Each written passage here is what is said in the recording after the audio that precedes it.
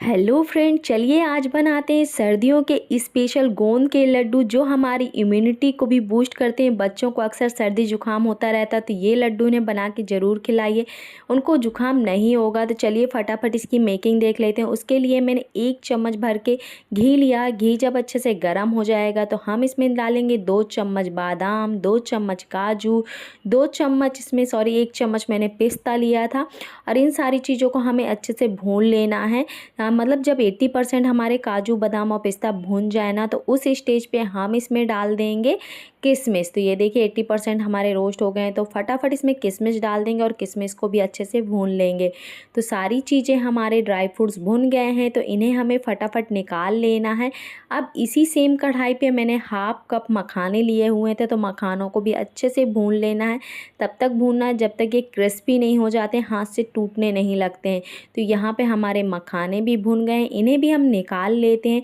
अब एक मिक्सर का जार लेते हैं, सारे ड्राई फ्रूट्स को हम मिक्सर के जार में डाल के एकदम पीस लेते हैं, ग्राइंड कर लेते हैं। आप चाहें इसे दरदरा भी रख सकते हैं या फिर एक पाउडर भी। तो मैंने हल्का सा इसमें दरदरा रखा था तो ये देखिए हल्का दरदरा मैंने पाउडर पीस लिया ड्राई। इसके साइड करते हैं। अब कढ़ाई लेते हैं।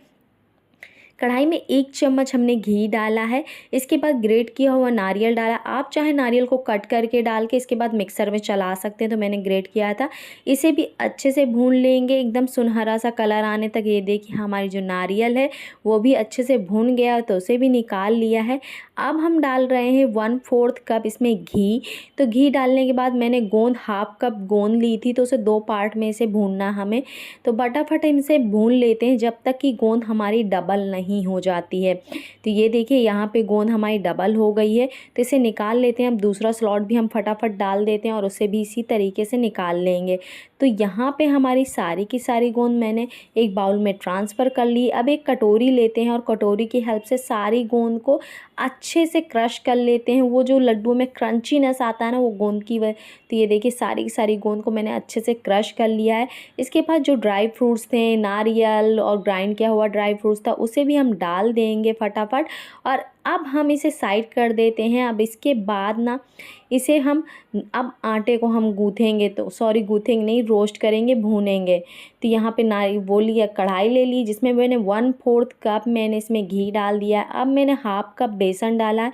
बेसन जब 50% भून जाए, हमें तब तक भूनना है जब तक हमारा बेसन 50% नहीं भून जाता है। तो यदि कॉन्टिन्यूसली चलाते रहिएगा, गैस का फ्लेम लो टू मीडियम ही रखिएगा।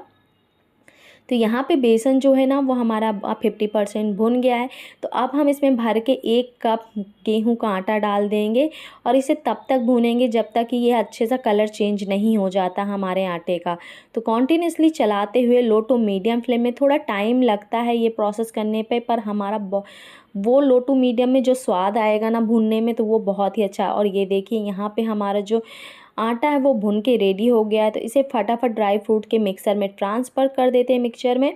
तो बस इसके बाद अब हम बनाएंगे गुड़ की चाशनी नहीं बनानी है, सिर्फ गुड़ को मेल्ट करना है। तो फटाफट मैंने सेम कढ़ाई ले ली जिसमें मैंने 1 कप गुड़ ले लिया था और उसे अच्छे से हल्का सा पानी नहीं डालना है आपको, वरना आपके जो लड्डू है ना वो लॉन्ग लाइफ नहीं चलेंगे। मतलब हम थोड़ा सा घी डाल देंगे और घी डालने के बाद हम इसे लो फ्लेम पे ही इसे मेल्ट करना है।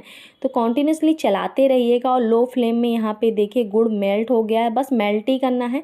तो जब मेल्ट हो जाए ना तो इसे फटाफट छन्नी से छान लीजिएगा और छान के सारे, क्योंकि गुड़ में अक्सर गंदगी होती है तो वो छन्नी से निकल जाएगी। और फटाफट मैंने सारी गुड़ की को छान लिया है। तो अब हमें इस लास्ट में करना है कि सारा का सारा चीज़ें अच्छे से मिक्स कर लेनी है।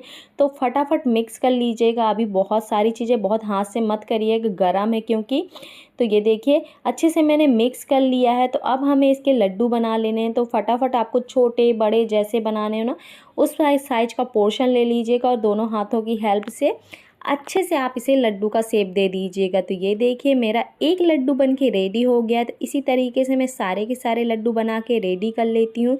आपको मैं तोड़ के भी दिखा दे रही हूँ कितने सॉफ्ट बने हैं। तो एक बार इसे ज़रूर ट्राई करिएगा। अगर आपको ये रेसिपी अच्छी लगी तो वीडियो को लाइक कर दीजिएगा, चैनल को सब्सक्राइब कर दीजिएगा, कमेंट करना मत भूलिएगा, बेल आइकन ज़रूर प्रेस कर दीजिएगा।